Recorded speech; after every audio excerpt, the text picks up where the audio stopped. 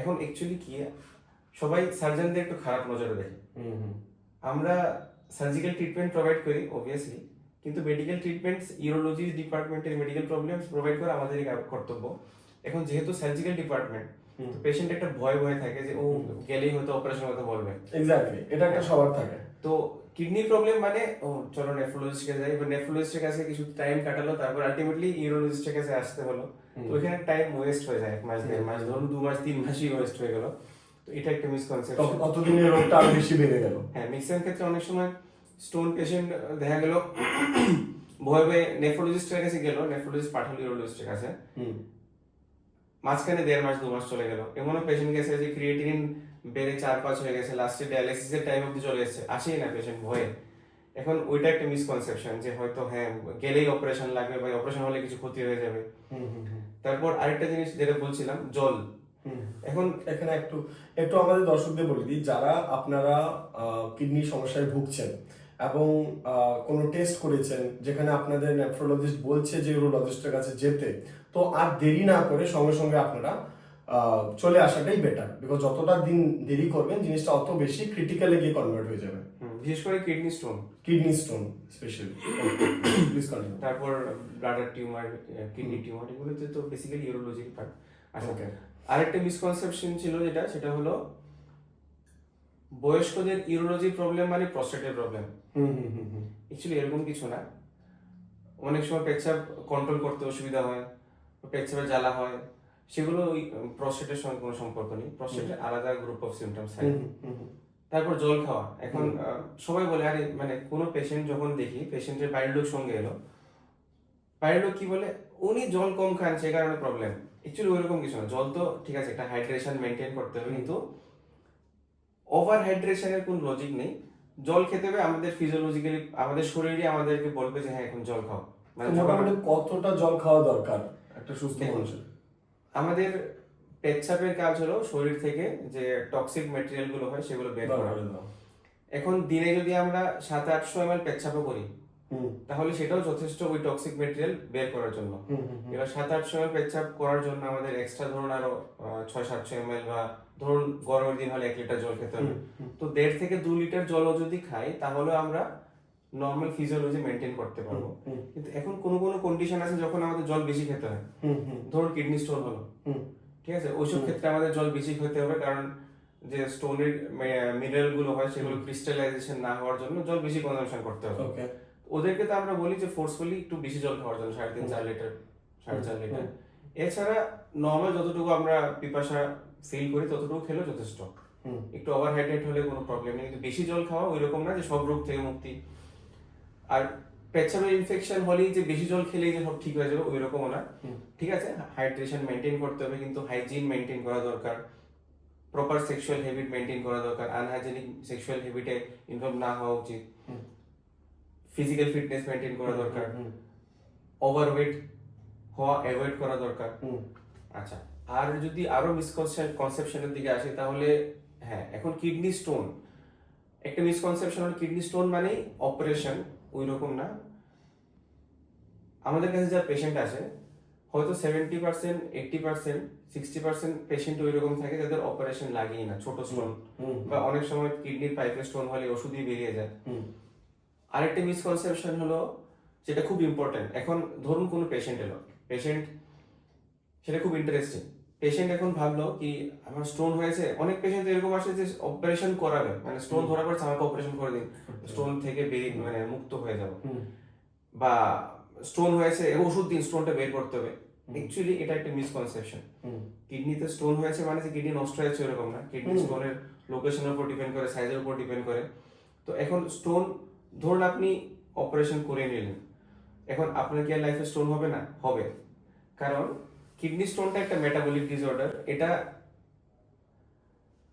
ধরুন আপনার ঘরে 5 জন মানুষ আছে, এখন একজনের স্টোন হয়েছে, তো ওই রকম না যে ওর স্টোনটা বেরিয়ে গেলে আর স্টোন হবে না।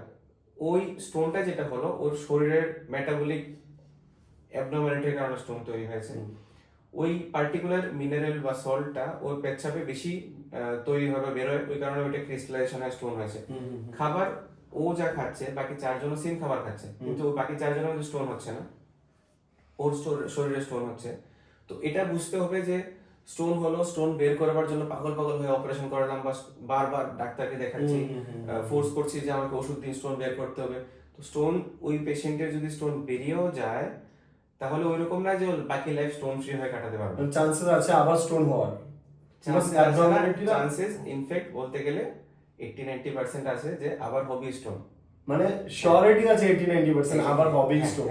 তো ওর লাইফস্টাইল এরকম ভাবে মেনটেন করে চলতে হবে। ওই পেশেন্টের হাইড্রেশন বেশি মেনটেন করা দরকার, কিছু কিছু ফুড রেস্ট্রিকশন। আর কি কি লাইফস্টাইল মেনটেন করা? লাইফস্টাইল তো একটা বললাম যে আপনার ওবেসিটি অ্যাভয়েড করা, মানে মোটাপা, হ্যাঁ মোটাপা, রেগুলার এক্সারসাইজ করা উচিত, জল ওদের জন্য বেশি খাওয়া উচিত, যাতে আপনার যে ক্রিস্টালাইজেশন হচ্ছে কেমিক্যাল যেগুলো ডিপোজিট হয়ে স্টোন ফর্মেশন হচ্ছে সেগুলো যাতে ক্রিস্টালাইজেশন না হতে পারে, স্যাচুরেশন যাতে লেভেল অবধি না পৌঁছায়, মানে ঘনত্ব, পেচ্ছাপের ঘনত্ব যাতে না হয়।